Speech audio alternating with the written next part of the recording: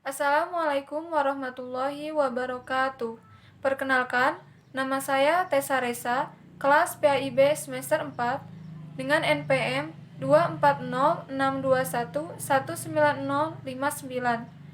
Program Studi Pendidikan Agama Islam, Fakultas Pendidikan Islam dan Keguruan Universitas Garut.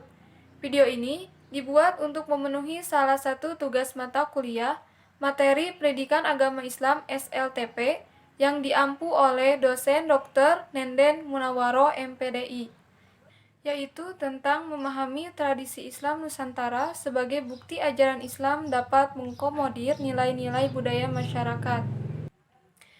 Indonesia dikenal sebagai negara yang memiliki beragam suku, agama, ras, dan bahasa serta budaya. Kekayaan budaya ini tidak terlepas dari faktor sejarah bangsa Indonesia dari masa ke masa. Indonesia pernah mengalami berbagai macam zaman, seperti Hindu-Buddha, Islam, zaman penjajahan, kemerdekaan, sampai masa reformasi sekarang ini. Setiap zaman membawa pengaruh tersendiri bagi pertumbuhan dan perkembangan kebudayaan di Nusantara. Perkembangan Islam di Nusantara dari masa ke masa juga menambah khazanah dan kekayaan budaya. Para mubalik dan penyebar Islam telah berhasil menanamkan akidah Islamiyah di Nusantara.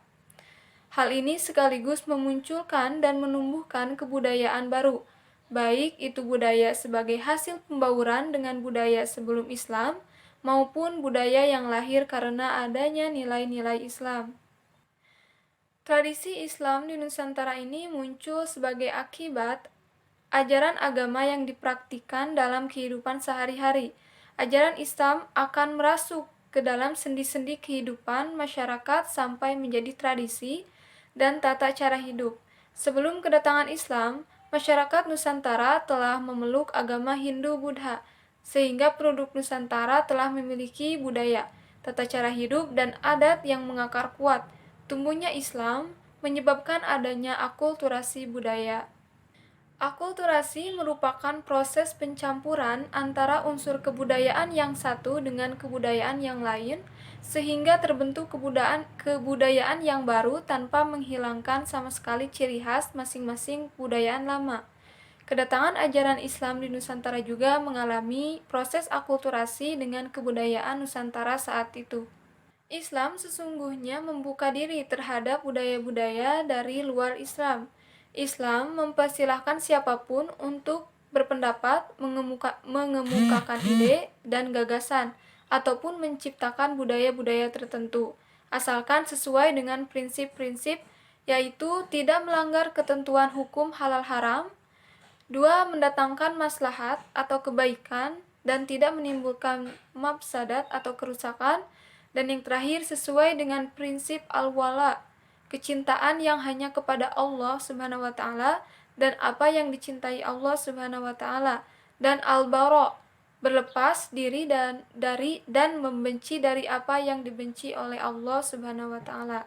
Ketiga prinsip tersebut menjadi pedoman baku bagi umat Islam dalam berinteraksi dengan budaya-budaya lain di luar Islam. Berlandaskan ketiga prinsip tersebut, akan lahir sebuah kebudayaan Islam yang mempunyai ciri khusus, yaitu budaya yang berasaskan tauhid kepada Allah. Kita dipersilahkan untuk berinteraksi maupun mengambil manfaat dari budaya bangsa-bangsa lain selama ketiga prinsip di atas tidak dilanggar. Kesenian termasuk dalam unsur kebudayaan, sebab perwujudan dari kebudayaan tidak terlepas dari hasil olah pikir ataupun perilaku manusia lewat bahasa, pergaulan, dan organisasi sosial. Kesenian merupakan salah satu media paling mudah diterima dalam penyebaran Islam. Salah satu buktinya adalah penyebaran Islam dengan menggunakan media wayang kulit dan gamelan seperti yang dilakukan oleh Sunan Kalijaga. Berikut ini adalah seni budaya Nusantara yang telah mendapatkan pengaruh dari ajaran Islam, yaitu 1. Nama-nama bulan dalam Jawa. Masuknya Islam ke Indonesia membawa pengaruh pada sistem penanggalan.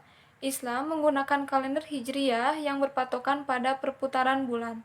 Bentuk akulturasi antara penanggalan Islam dengan penanggalan Jawa dapat terlihat pada penamaan bulan sebagai berikut.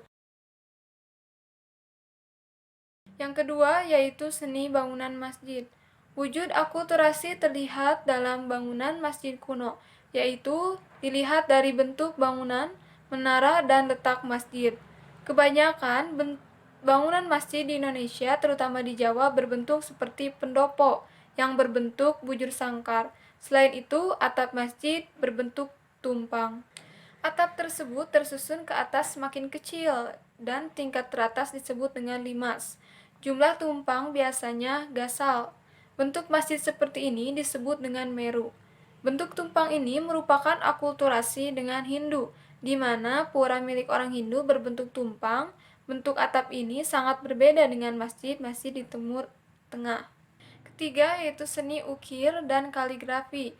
Seni ukir yang dimaksud adalah seni ukir hias untuk hiasan masjid dan lain-lain.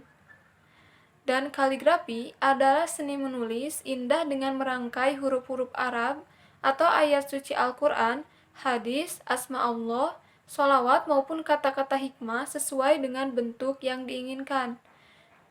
Kaligrafi sebagai motif hiasan dapat dijumpai di masjid-masjid kuno. Yang keempat adalah seni tari. Di beberapa daerah di Indonesia terdapat bentuk-bentuk tarian yang berkaitan dengan bacaan sholawat. Misalnya pada seni rebana yang diikuti dengan tari-tarian jipin. Bacaan sholawat dengan menggunakan lagu-lagu tertentu. Tari jipin adalah sebuah tarian yang mengiringi musik qasidah dan gambus. Musik yang digunakan berirama padang pasir atau daerah Timur Tengah. Tari jipin biasanya dipentaskan pada upacara perayaan tertentu, misalnya hitanan, pernikahan, dan peringatan hari besar Islam. Di samping tari jipin, ada juga tari sedati dari Aceh dan tari saman. Kelima yaitu seni musik. Kebudayaan Islam juga mengenal seni musik berupa rebana, hadroh, qasidah, nasyid, dan gambus yang melantunkan lagu-lagu dengan syair Islami. Hadroh adalah salah satu jenis alat musik yang bernafaskan Islam. Seni suara yang diiringi dengan rebana sebagai alat musiknya. Dan qasidah adalah suatu jenis seni suara yang menampilkan nasihat-nasihat keislaman. Lagu dan syairnya banyak mengandung dakwah Islamiyah yang berupa nasihat-nasihat. 6 yaitu seni pertunjukan. Seni pertunjukan wayang kulit merupakan perpaduan kebudayaan Jawa dengan unsur keislaman. Bagi orang Jawa, wayang bukan hanya sebagai tontonan, tetapi juga wejangan atau nasihat-nasihat karena syarat dengan pesan-pesan moral yang menjadi filsafat hidup orang Jawa. Pertunjukan wayang kulit diiringi oleh seperangkat alat musik gamelan. Yang ketujuh adalah seni sastra. Jenis-jenis karya sastra yang sesuai dengan ajaran Islam diantaranya adalah babat, hikayat, dan suluk. Babat adalah dongeng yang disengaja diubah sebagai cerita sejarah. Hikayat adalah cerita atau dongeng yang biasanya penuh dengan keajaiban dan keanehan, serta suluk adalah kitab-kitab yang menguraikan soal tasawuf. Selain itu, ada tradisi Islam yang berkembang di beberapa daerah, antara lain halal bihalal. Halal bihalal ini dilakukan pada bulan Syawal, yang berupa saling maaf-memaafkan dan untuk mengeratkan tali persaudaraan. Atau tabuik di Bengkulu, kupatan di Jawa, sekaten di Surakarta dan Yogyakarta, gerebeg di Yogyakarta. Seni budaya, adat, dan tradisi yang bernafaskan Islam tumbuh dan berkembang di Nusantara. Tradisi ini sangat bermanfaat bagi penyebaran Islam di Nusantara. Untuk itu, kita sebagai generasi muda Islam harus mampu merawat, melestarikan, mengembangkan, dan menghargai hasil karya para ulama terdahulu. Sekian pemaparan materi yang bisa saya sampaikan. Mohon maaf bila ada kesalahan. Wassalamualaikum warahmatullahi wabarakatuh.